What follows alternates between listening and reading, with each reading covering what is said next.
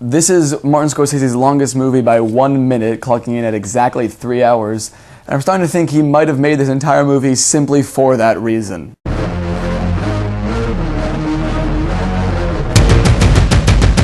The Wolf of Wall Street was directed by Martin Scorsese. It stars Leonardo DiCaprio, Jonah Hill, Matthew McConaughey, Kyle Chandler, and Margot Robbie.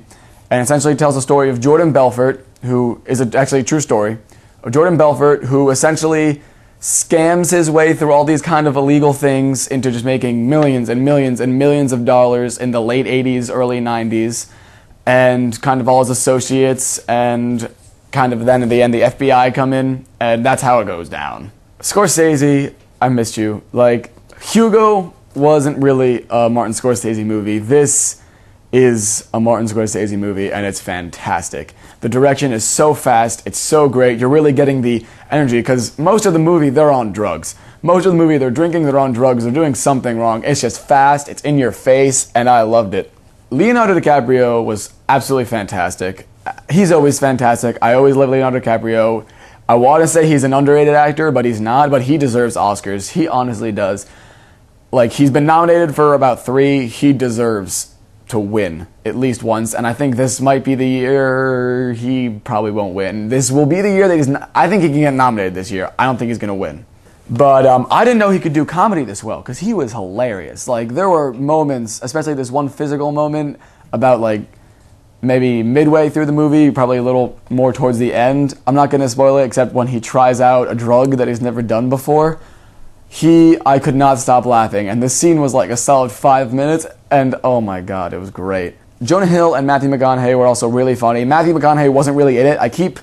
My mind keeps automatically saying Matthew McConaughey, and like I listed him in the cast list pretty early. He was only in like the first 15-20 minutes, but he was so great. Like, those were his 20 minutes, because he was hilarious, he was crazy.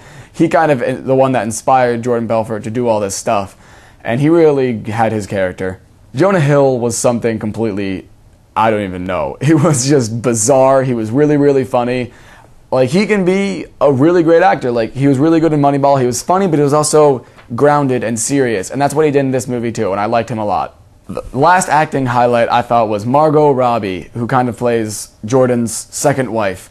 She was absolutely fantastic. A lot of people have been complimenting her on her beauty, and that was definitely, she is very attractive. But she was very good. I liked her a lot. She really had to deal with a lot. I mean, her character did. And she was very good. I liked her a lot. The soundtrack was great. There were a lot of great songs in there. They really got across the frantic kind of just party mood. I did like the soundtrack a lot. It was really good. Yeah, I really liked this movie, but my main complaint, this is a huge complaint. This was my biggest thing.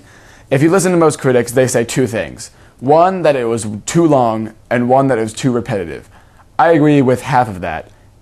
I don't think it was that repetitive. It was definitely too long. I think if it was maybe 20 minutes shorter, it would have been a masterpiece. It would have been perfect.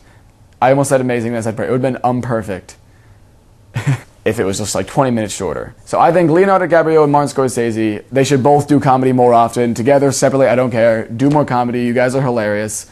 Great acting, great script, great soundtrack. Just a little bit too long.